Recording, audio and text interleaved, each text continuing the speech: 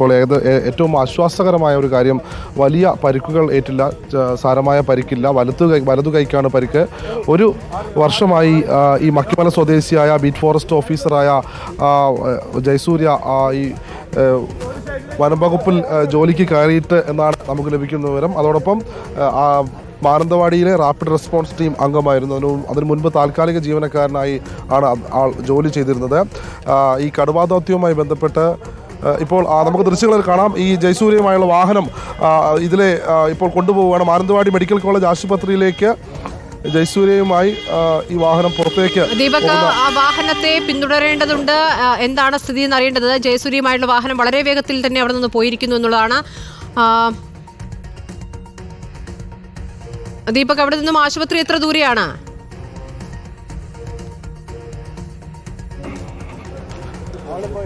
ദീപക്, അങ്ങോട്ട് പോവുകയല്ലേ? മാത്രം അകലെയായാണ് മാനന്തവാടി. സ്മൃതി, നമ്മളും ഒപ്പം അങ്ങോട്ടേക്ക് പോയിക്കൊണ്ടിരിക്കുകയാണ്. ഇപ്പോൾ നമുക്ക് അന്വേഷണ ഉദ്യോഗസ്ഥന്റെ പ്രതികരണം. അതെ, എങ്ങോട്ടാണ് കൊണ്ടുപോയത് കൃത്യം എനിക്കറിയില്ല. കൂടുതൽ വിവരങ്ങൾ ഞങ്ങൾക്ക് കിട്ടിയില്ല. കൂടുതൽ വിവരം സുഹൃത്തെ കിട്ടിയിട്ടില്ല.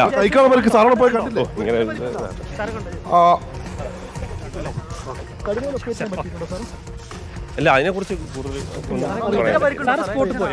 ഇല്ല. ഞാൻ കുറച്ച് മുകളിൽ വരെയാണ്. ഒരു വിവരം തരാൻ അദ്ദേഹം തയ്യാറാകുന്നില്ല. എന്തുകൊണ്ടാണ്? ഇദ്ദേഹം കണ്ടിട്ടില്ലേ ജയസൂര്യക്ക്? സാറ് കണ്ടില്ലേ? കണ്ടു. ചെറിയ പരിക്കാണ്. വലത് കൈക്കാണെന്ന് മനസ്സിലായത്. പരിക്ക് ഞാൻ കണ്ടില്ല. ചെറിയ പരിക്കാണ്. ചെറിയ പരിക്കാണ് എന്നുള്ള കാര്യമാണ് സ്ഥിരീകരിക്കാത്ത വിവരം. ദീപക്, ചെറിയ പരിക്കാണ് എന്നുള്ളത് ആശ്വാസകരമായ കാര്യമാണ്. ജയസൂര്യയുടെ കുടുംബവും ഇത് കാണുന്നുണ്ടാകുമല്ലോ. വലത് കൈക്ക് ചെറിയ പരിക്ക് എന്നുള്ള വിവരമാണ്. ആശുപത്രിയിലേക്ക് പറഞ്ഞോളൂ ദീപക്. ഇപ്പോൾ ആ വാഹനം മാനന്തവാടി മെഡിക്കൽ കോളേജ് ആശുപത്രിയിലേക്കാണ് ഇപ്പോൾ കൊണ്ടുപോയിട്ടുള്ളത്. ഏറ്റവും ആശ്വാസകരമായ ഒരു കാര്യമെന്ന് പറയുന്നത് അദ്ദേഹത്തിൻ്റെ വലത് കൈക്ക് സാരമായ പരിക്കില്ല, ചെറിയൊരു പരിക്ക് മാത്രമാണ് ഏറ്റതെന്നാണ് ഇപ്പോൾ ലഭിക്കുന്ന വിവരം. നിലവിൽ ഈ മെഡിക്കൽ കോളേജ് ആശുപത്രിയിലേക്ക് വനംവകുപ്പിൻ്റെ വാഹനം പോയിട്ടുണ്ട്. നേരത്തെ ഈ അപകടം നടന്ന കടുവയുടെ ആക്രമണത്തിൽ പരിക്കേറ്റ സ്ഥലത്ത് പോയ പോലീസ് ഉദ്യോഗസ്ഥരുടെ ഭാഗത്തു നിന്നുള്ള പ്രതികരണമാണ് ഇപ്പോൾ നമ്മൾ കണ്ടത്. നിലവിൽ ഈ വനംവകുപ്പിൻ്റെ RRT വാഹനം ഉൾപ്പെടെ ഇതിലൂടെ കടന്നുപോയി. നമ്മളും ഇപ്പോൾ ആ വാഹനത്തിന് പിന്തുടർന്ന് മെഡിക്കൽ കോളേജ് ആശുപത്രിയിലേക്ക് പോയിക്കൊണ്ടിരിക്കുകയാണ്. സ്മൃതി, ശരി. ജയസൂര്യ BFOയ്ക്ക് ചെറിയ പരിക്ക് എന്നാണ് വനം വകുപ്പ് ഉദ്യോഗസ്ഥൻ നേരത്തെ പ്രതികരിച്ചത്. വലത് കൈക്കാണ് പരിക്കേറ്റത്. ജയസൂര്യയെ കണ്ടു എന്നും കൂടി അദ്ദേഹം സ്ഥിരീകരിക്കുന്നു. ചെറിയ പരിക്കാണ് എന്നുള്ളത് ആശ്വാസകരമാണ്. ജയസൂര്യയുടെ കുടുംബത്തിനും ആശ്വസിക്കാം. ഏതായാലും കടുവയുടെ ആക്രമണത്തിൽ കടുവയുടെ നഖക്ഷതങ്ങളാണ് ഏറ്റിരിക്കുന്നതെന്ന് വേണം മനസ്സിലാക്കാൻ. വലത് കൈക്കാണ് പരിക്കേറ്റിരിക്കുന്നത്. ജയസൂര്യയുമായി വനപാലകരുടെ സംഘം ഇപ്പോൾ ആശുപത്രിയിലേക്ക് തിരിച്ചിരിക്കുന്നു. ഞങ്ങളുടെ വാർത്താ സംഘവും അതിന് തൊട്ട് പിന്നാലെയുണ്ട്. ദീപക്, ഇപ്പോൾ അവിടെ നിന്നും ആശുപത്രി എത്ര ദൂരെയാണ്?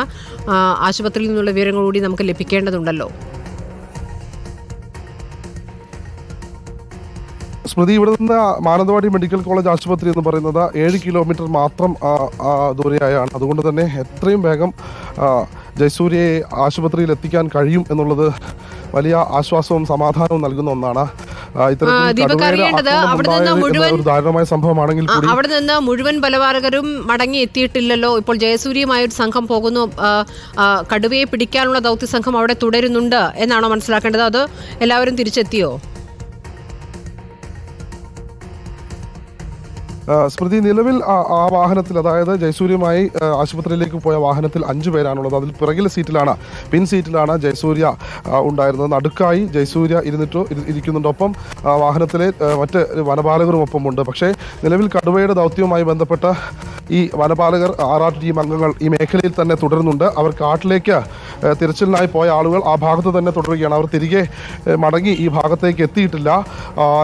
8 സംഘമായി ഈ മേഖലയിലും, അതായത് ഈ തറാട്ട്, അതുപോലെ തന്നെ ചിറക്കരയോട് ചേർന്ന് കിടക്കുന്ന സ്ഥലം, ബ്രഹ്മഗിരി വനമേഖലയോട് ചേർന്ന് കിടക്കുന്ന സ്ഥലത്തൊക്കെ അവിടെ വിശദമായ പരിശോധനകൾ നടത്തുന്നുണ്ട്. ഈ രാവിലെ പരിക്കേറ്റു എന്നുള്ള കാര്യം അറിഞ്ഞ സമയത്ത് അവർക്കും ഒരു ആശങ്കയുണ്ടായിരുന്നു. കാരണം പരിക്ക് ഗുരുതരമാണെങ്കിൽ അത് വലിയ സങ്കടകരമായ ഒരു കാര്യം തന്നെയാണ്. ആ സമയം മുതൽ തന്നെ എല്ലാവരും പ്രാർത്ഥിച്ചുകൊണ്ടിരുന്നതും വിശ്വസിച്ചതും വലിയ ഒരു പരിക്കാവരുതേ, ഗുരുതരമായ പരിക്കാകരുതേ എന്നായിരുന്നു. അതുപോലെ തന്നെ സാരമായ പരിക്കല്ല എന്നുള്ളതാണ് ഏറ്റവും ആശ്വാസകരമായ കാര്യം.